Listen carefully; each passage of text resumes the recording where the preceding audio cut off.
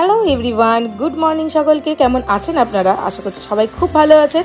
আর আজ একটা নতুন ব্লগ নিয়ে আবার হাজির হয়েছি। সকাল সকাল শুভ কিন্তু বাজারে চলে গেছে।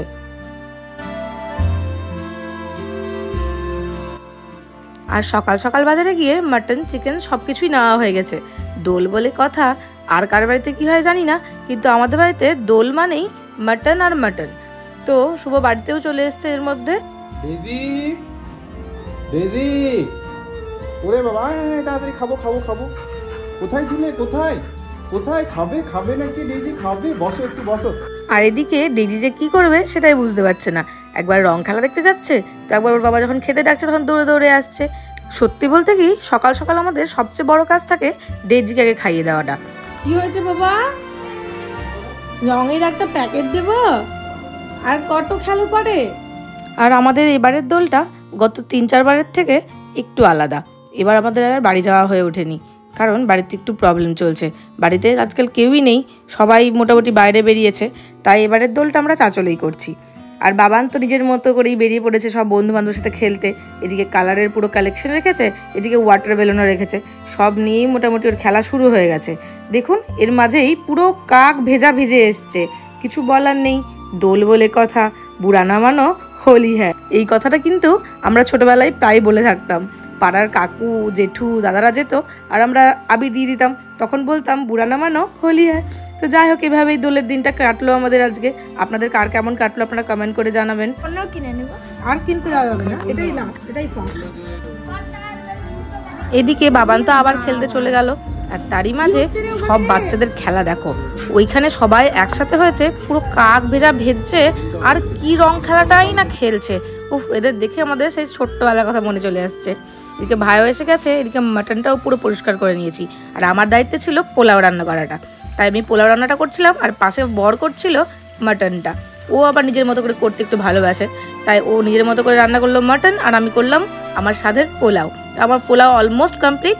আর এদিকে বাবানেরও পুরো খেলা হয়ে গেছে। ওর বাবা এবার তারা দিয়ে ওকে আনতে এসেছে। এবার ওকে পরিষ্কার টরিষ্কার করে আমরা তুলে নেবো ভেতরে। ততক্ষণও খেলা চলছে, ওর কিন্তু আসতে একটু ইচ্ছে করছে না, কিন্তু পুরো ভিজে গেছে। এরপরে জ্বর হওয়ার সম্ভাবনাটা অতিরিক্ত বেড়ে যাবে, তাই চলে এসেছি। আর আরেকজন দেখো বাইরে বেরোনোর জন্য পুরো এদিক আর ওইদিক করছে। দাদা ভাই যেহেতু বাইরে, দাদা ভাই আবার রং খেলছে, তাও আবার হাতে বালতি ভর্তি জল, বেলুন। ওর তো মন আর কিছুতেই ঘরে থাকে না, ও বেরোবে কি বেরোবেই। আবার দেখো আরও একদল আসছে, আর ইনি আর কিছুতেই ঘরে আসেন না। ফাইনালি আমাদের মাংসটা মোটামুটি কষে গেছে, আর এখন আমরা খাওয়া দাওয়াটাও সেরে নেব। আর এদিকে কিন্তু আমার পোলাওটা পুরোপুরি কমপ্লিট আর পুরো ঝরঝরা হতে আমি রেখে দিয়েছি ঠান্ডা হতে। আর এতক্ষণে বাবানকে ফ্রেশ ট্রেশ করে আমরা খেতেও বসে গেছি। আর আমাদের বাঙালিদের ঘরে হোলির দিনে পোলাও আর মাটন কষাটা কিন্তু একটা ইমোশন বটে, তাই না? আমাদের ঘরে তো হয়, আপনাদের ঘরে কার কি হলো সেটাও জানাবেন। আর এদিকে ডেজুর মনটা ভীষণ খারাপ। কি হয়েছে বাচ্চা? কি হয়েছে?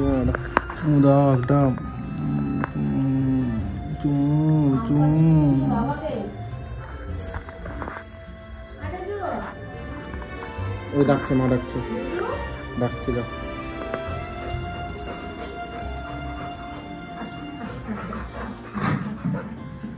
বাবলি, এত হাম্পা কেন দিচ্ছ মাম্মা? দুপুরে খেয়ে দিয়ে একটু রেস্ট নেব, তখনই এসে হাজির আমার দেওর আর যা। রং না খেলে আর কি উপায় আছে? তারা এসে তো পুরো রাঙিয়ে দিয়ে গেল। আর সত্যি মনটা কিন্তু খুব ভালো হয়ে গেল। মনটা একটু হলেও খারাপ লাগছিল, প্রতিবার একটু অন্যভাবে কাটাই আমরা, কিন্তু এবারটা মিস হয়ে যাচ্ছিল। কিন্তু ওরা এসে পুরো রাঙিয়ে দিয়ে আবার গেল। তো আমরা সবাই মিলে গল্প করছিলাম, যে যার মতো করে রং মাখছিলাম। স্নান হয়ে গেছে তার কোনো কিন্তু কারো খেয়াল নেই, যে যার মতো করে রং মেখেছে। রং মাখার দিন বটে, তাই না? আর আরেকজনের আনন্দ দেখো, পায়ের মাঝখান দিয়ে দেখছে কাকাই কিমি এসেছে বলে কথা, তাকেও তো একটু রং খেলতে হবে, তাই না? তো আমরা সবাই মিলে আনন্দ করে দিনটা কাটালাম। আর তারপরেই ফ্রেশ হয়ে কালকে পুজোর প্রস্তুতির জন্য আবার শুরু করে দিয়েছি দোলের পোয়া ভাজা, যেটা পুজোতে লাগবে। সেটা চটপট করে ভেজে নিয়ে আমি আবার রেডি হয়ে নিয়েছি, কেননা একটু বাড়ির দিকে যাব তাই। আর এইদিকে দু ভাই বোনে লুকোচুরি খেলতে শুরু করেছে। সত্যি খুব ভালো লাগে এদের দুজনের খেলা দেখতে গেলে। আর আমরা আজকে যাব, একটু বাড়িও যাব আর তনিদের ওখানেও যাব। তনিদের ওখানে মানে ওদের বাবার বাড়ি যাব। ওরাও এসেছিল 2 দিন ধরে, কিন্তু কোনোভাবেই ক্যাপচার করতে পারেনি। এদিকে দেখো আরেকজন যাবে, তার কি আনন্দ। Sit sit good girl. No no no no, sit করো সিট করো সিট করো। দেখে যাবে না বেশি জোরে। এই যে এটা নাও, এই নাও নাও। মুখে নে। এদিকে কিন্তু আমি পুরোপুরি রেডি হয়ে নিয়েছি আর যাবো বান্ধবীর সাথে দেখা করতে, তাই মনে কি আনন্দটাই না আনন্দ। আর এদিকে ডেইজিরও প্রচন্ড আনন্দ, অনেকদিন হয়ে গেল ওকেও বাইরে বের করা হয় না। ও লিস্ট নিয়ে একদম গলির দিকে রওনা দিয়েছে, গাড়িতে উঠবে তাই। আর এদিকে মা আর ভাইয়ের জন্য একটু পোলাও আর মাংস নিয়ে যাচ্ছি। আর ডেজও পুরোপুরি রেডি, আর ও এতটা বড় হয়ে গেছে এখন, আর আমি না একা ওকে নিয়ে নামতেই পারি না। ও প্রচণ্ড হেভি হয়ে গেছে আর এমন জোরে মানে টানা দেয় আমাকে, আমি কিন্তু টানতেই পারি না। আর ওকে দেখো কিভাবে আমাকে নিয়ে যাচ্ছে, আমি ওকে না ও আমাকে, সেটা বোঝা কিন্তু বড় দায়। আর এবার গাড়ির মধ্যে ওকে তুলে দেবো, দেখো চুপটি করে লক্ষ্মী মেয়ের মতো একদম বসে থাকবে উঠে, আর কোনো বায়না করবে না, কিচ্ছু ভাববে না, একদম ওর মানে পুরো শান্ত হয়ে গেল।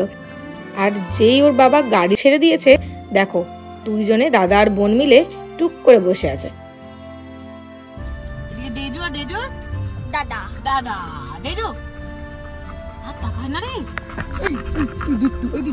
আর এখন আমরা বেরিয়েও পড়লাম, আস্তে আস্তে অনেকটা লেট হয়ে গেছিল। আর এভাবে এবারে দোলটা আমরা কাটালাম। আপনারা কেমন কিভাবে কাটালেন অবশ্যই কমেন্ট করে জানাবেন। আর দেখুন দুজনে কি সুন্দর মুখ বের করে হাওয়া খেতে খেতে কান ওড়াতে ওড়াতে যাচ্ছে, এই জিনিসটা সবচেয়ে বেশি ভালো লাগে আমাদের।